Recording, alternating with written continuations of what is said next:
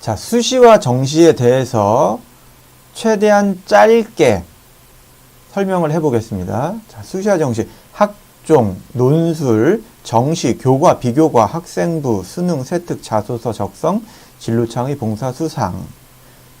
어떤 느낌이 드십니까? 너무 복잡하죠, 요즘? 자, 수시의 종류에는 들어보셨을 거예요. 학생부 종합전형, 학생부 교과전형, 논술전형, 적성고사, 그리고 이제 기타도 있죠. 농어촌 특별 이런 거, 지역 균형 선발 이런 거 있어요. 또 특히 자, 근데 여기서 우리가 맨날 이제 학종 그러는 거잖아요. 학종. 요 학종이 실제로 제일 많이 뽑아요. 수시 자체가 지금 75%인데 거기에서 50%를 뽑아요. 요건 학교별로 이제 좀 차이는 있습니다. 그래서 요즘 이제 막 이런저런 얘기가 많은 거예요. 그 다음에 학생부 교과전형. 이건 쉽죠. 교과전형. 순수하게 내신 점수만 보는 거죠. 점수만. 다른 건 전혀 안 봅니다. 굉장히 조금 뽑아요. 근데 최상위권 대학은 이미 이거를 뽑질 않고요. 굉장히 서성한, 그러니까 스카이는 안 뽑고, 요 교과전형이 이미 거의 없어졌고, 서강대도 없어졌나? 한양대, 성균관대, 한양대쯤부터 이렇게 중앙대 이런 데가 있어요. 그 밑에 학교들이 있죠. 그 다음에 이제 논술전형. 이 논술전형은 대학교 자체에서 시험을 보는 거예요. 근데 이제 이것도 상위권 대학이 있죠. 상위권 대학이. 하위권 대학은 없어요. 서울 및 수도권 주요 대학에서 보는데, 물론 인문계 논술전형과 이과 논술전형은 문제가 완전 다르죠. 인문계 논술전형은 국어, 글쓰기 쉽게 말해서, 자연계 논술전형은 수학 문제 푸는 거예요. 수학 문제 푸는 거. 근데 이제 이렇게 한 문제 풀고가 아니라 큰 문제 두세 개를 주고 그 큰 문제 안에는 작은 문제가 또 두세 개씩 있는, 하여튼 이런 큰 문제 2개 정도를 주고 2시간 이렇게 푸는, 그래서 서술형 답안을 써내는 그런 논술전형입니다. 상위권 대학에만 있습니다.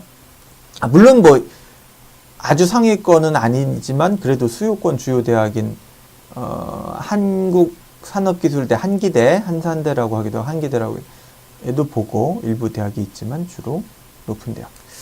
그 다음에 이제 적성고사. 요거는 이제 수도권 최상위는 아니고 수도권 대학들, 수도권의 대학들. 요게 한 10여 개가 돼요. 제일 유명한 대학은 이제 가천대죠. 가천대. 그 다음에 자, 학생부 종합전형. 그럼 하나하나 볼게요. 그 학종이라고 우리가 하는 거죠. 이게 뭐냐면 우리 어렸을 때 생활기록부 있죠? 이게 두꺼운 표지에다가 이렇게 점수도 수미양가도 적고, 이게 담임선생님 말씀, 이 학생은 진취적이고 이런 거 있잖아요. 그 생활기록부가 변형이 된 거예요. 발전이 된 거예요. 근데 이건 이제 항목이 10개가 딱 있어요. 항목이 10개가. 볼게요. 인적사항, 이름, 이런 거. 학적사항, 뭐뭐 중학교 졸업, 뭐뭐 고등학교 입학, 전학. 별거 없죠. 출결사항. 얘도 사실 여기서 갈리는 건 없어요. 그럼 여기부터 여기까지는 이제 기본적인 거고. 그럼 여기부터, 이거. 자, 수상 경력. 교내 수상만 적을 수 있죠. 교내.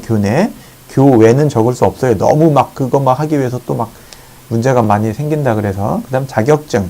요거 자격증, 근데 요거는 일반 대입에는 그렇게 뭐가 될 건 없어요. 물론 이제 그런 건 있겠죠.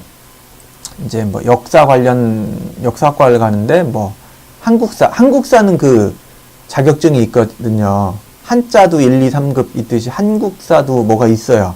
고시험 따는 학생들은 있긴 한데, 그런 한국사 말고는 이게 아마 특별한 게 없을 거예요. 그 다음에 진로 희망사항. 나는 뭘 하고 싶어요. 뭐가 나중에 되고 싶어요. 이런 거 적는 거 있어요. 그 다음에 창의적 체험활동, 자율활동, 동아리활동, 봉사활동, 진로활동. 여기 이제 학교에서 이제 동아리를 하는데, 이 동아리가 그냥 적당히 노는 시간 때우는 게 아니라, 동아리 시간이 국어 시간, 영어 시간 있듯이 동아리 시간이 있어요. 그래서 그 동아리를 잘 들어가야 됩니다.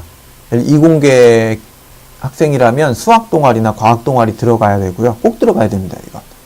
왜냐면 이게 있으니까. 여기 이제 교사 의견이 들어갑니다. 교사 의견. 이걸 잘 써야 돼요. 그 다음에 교과학습 발달사항. 이게 내신. 거기 이제 단위수. 단위수는 일주일에 몇 시간 되는, 국어, 영어, 국어는 3시간, 수학은 5시간, 영어는 4시간, 뭐, 이렇게 조금씩 다르다고요. 거기에 써져 있고, 그 다음 원점수, 실제 몇 점 받았냐? 그 다음 과목 평균과 석차. 이렇게 됩니다. 그러니까, 무조건 90점, 이렇게 찍혔더라도 과목 평균이 60점인 학교가 있고, 80점인 학교가 있을 거잖아요. 그래서, 그거 가지고, 어느 정도 학교의 상황을 판단할 수 있는 거죠. 거기에다가 이제 요걸 세특이라 그래요. 세부 능력 및 특기사항 세특이라고 그러는데 요게 이제 요게 선생님이 써주는 거예요. 과목별 500자 이내 교사 의견. 독서 활동사항, 과목별 독서, 공통 독서. 이것도 이제 막 너무 쓰는 게 길어지니까 이제는 책 제목과 저자만 쓰라고 돼 있습니다. 어쨌든 많이 써야 되죠. 다음 10. 행동 특성 및 종합 의견. 천자인의 담임 교사. 요것도 요건 이제 담임 선생님이 써주시는 거고, 요거는 과목별 담당 선생님이 써주시는 거예요. 이런 겁니다. 그럼 이걸 어떻게 판단하냐, 대학에선. 사실 애매한 거죠. 그래서 그거 이제 그 분류되는 게 있는데, 전공적 학성, 학업 역량, 발전 가능성, 인성을 파악한다. 뭐 이런 식으로 지금 뭐 매뉴얼은 돼 있는데, 자, 그걸 또 하나 볼게요. 학생부 교과 전형. 그 다음 이제 교과 전형은 그거 내신, 순수하게 내신. 요거는 그 점수를 대학에서 이 교과 전형으로 뽑을 때 학생이 낸 그 점수를 그대로 대학에서 쳐 넣습니다. 그렇기 때문에 대학에서 이렇게 정량적으로만 판단이 되지 정성적으로 학생부 종합전형처럼 뭐 따지는 게 없고 무조건 내신으로만 따지게 되는 거예요. 그래서 최상위 대학은 이미 많이 없어졌고요. 그러니까 10위권 대학에서 이제 뽑는데 내신 1.3에서 2.0 이내 정도가 돼야 지원 가능하다. 굉장히 내신 1.3이면요. 이과 기준으로 내신 1.3이면 거의 전교 전교 1등까지는 아니더라도 전교 거의 5위 안에 이 정도 학생들이에요. 전교 2, 3, 4등 정도예요. 내신 1.3은. 때에 따라서는 전교 1등 1.3일 수도 있고요. 수능 최저 학력 기준을 반드시 체크해야 한다. 이게 뭔 소리냐면 교과 전형에 합격을 하고도 수능 최저가 있는 대학이 있고 없는 대학이 있잖아요. 요거 잘 들으세요. 대학 네임밸류가 비슷하거나 오히려 이렇게 한쪽이 높고 한쪽이 조금 낮더라도 수능 최저 학력 기준이 있는 대학이 있고 없는 대학이 있어요. 그럼 수능 최저 학력, 쉽게 말해 그냥 최저라고 할게요. 수능 최저가 있는 대학을 써야 될까요? 없는 대학을 써야 될까요? 질문이 이게 굉장히 어려운 질문인데 학생들이 수능 최저가 있는 대학을 많이 쓰겠어요? 없는 대학을 많이 쓰겠어요? 최저가 없는 대학을 많이 씁니다. 왜요? 따기도 어렵고 공부하기도 너무 많잖아요. 수능까지 다 공부하기 너무 힘들잖아요. 그러니까 수능 최저가 없는 대학으로 몰린다고요. 그러니까 그 몰린 그 대학은 이 내신 컷이 엄청나게 높다고요. 오히려 대학 네임밸류가 하나 떨어지는 대학이 네임밸류가 더 높은 대학보다 수능 최저가 없다면 더 높다고요. 예를 들면 세종대 같은 경우 다 몰리니까. 그래서 내신만 하겠다. 난 수능 버리겠다. 이런 생각을 하면 절대 안 됩니다. 알겠습니까? 수능도 반드시 하고, 그게 핑계예요. 학생들이 스스로 이제 공부량을 어떻게든 줄여보고 싶어서. 그럴수록 대학의 문이 좁아지는 거예요. 엄청나게. 수능 준비까지 하면 나중에 정시도 쓸 기회도 넓어질 뿐만 아니라 수능 이 교과 전형에서 늘 수 있는 대학이 훨씬 높고 확률이 훨씬 높아진다고요. 자, 자기소개서. 자기소개서는 뭐 이게 자체가 대입 전형의 하나의 그 섹터는 아닌데 이제 자기소개서를 내라 그러죠. 근데 이게 절대 쫄지 마세요. 자기소개서는 뭐냐 하면, 이것도 너무 복잡해지니까 그 정부에서, 교육부에서 공통 질문을 만들어 놨어요. 1, 2, 3번, 그러니까 질문이 총 4개인데 1, 2, 3번은 똑같아요. 1번 뭐냐? 학업에 기울인 노력, 학습 경험, 느낀 점 쓰세요. 두 번째, 의미를 두고 노력한 교내 활동 쓰세요. 세 번째, 배려, 나눔, 협력, 갈등 관리, 실천하는 사례, 느낀 점 쓰세요. 그리고 거기다가 이제 대학별 자율문항 1개. 요것도 너 우리 대학 왜 썼니? 또는 너 뭐 어떤 거 좋아하니? 우리 대학에서 나중에 뭐 공부, 뭐 이런 거예요. 요거, 자, 오늘 요거 하나만 알아가도 보람 있는 하루입니다. 자, 자기소개서 준비는 3학년 때 하면 안 됩니다. 1학년 때부터 최대한 빠르면 중학교 3학년 겨울방학부터 자, 주간 일기, 원래 이제 일기 쓰면 더 좋겠지만 현실적으로 힘들잖아요. 그러니까 주간 일기 쓰듯이 이거 잘 쓸 필요 없어요. 잘 쓸 필요 없고 그냥 뭐 주요 뭐 교내 활동이 있었다든가 뭐가 있었다 간단하게만 쓰세요. 아주 간단하게 뭐 무슨 활동이 있었다, 무슨 대회 있었다, 또는 무슨 발표가 있었다. 근데 여기서 또 이제 여기다 뭘 써야 되냐 하면 기분 나빴던 점 이거 쓰세요. 이거 뭐야? 기분 나빴던 점을 꼭 쓰세요. 그러니까 좋았던 거 쓰지 말고 기분 나빴던 거 쓰고 친구들과의 관계 나빴던 거 쓰세요.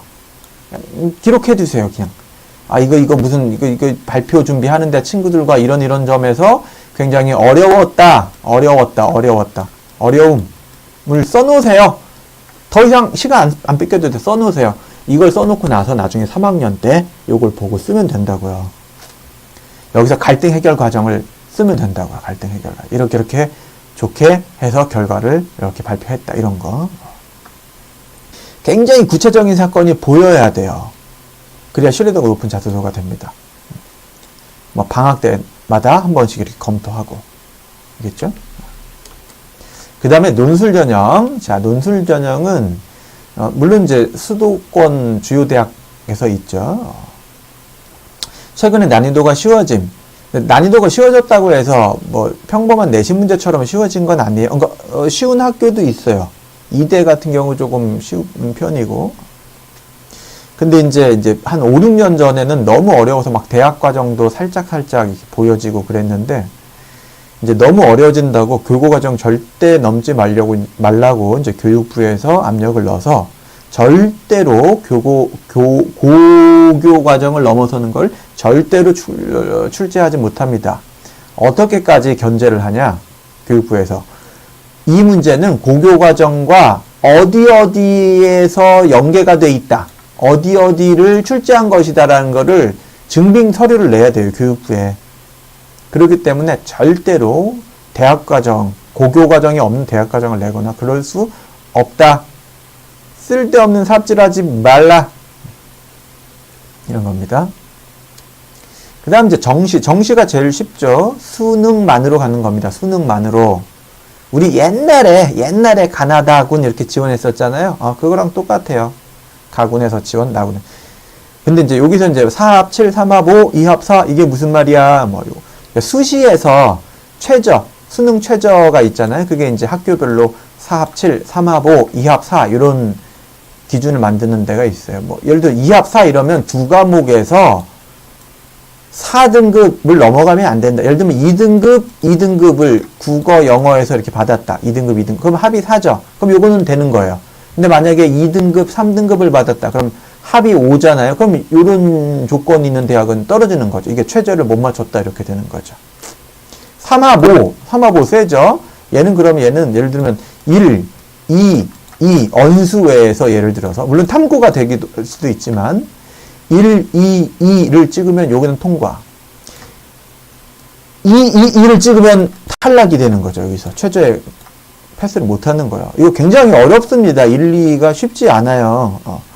그래서 이 최저가 굉장히 또 이제 어렵지만, 그러니까 뭔가 주요 과목 하나, 나는 진짜 요 과목은 1등급 받을 수 있어. 그래도 사실 1등급 받아. 그런 과목이 있는 게 좋아요.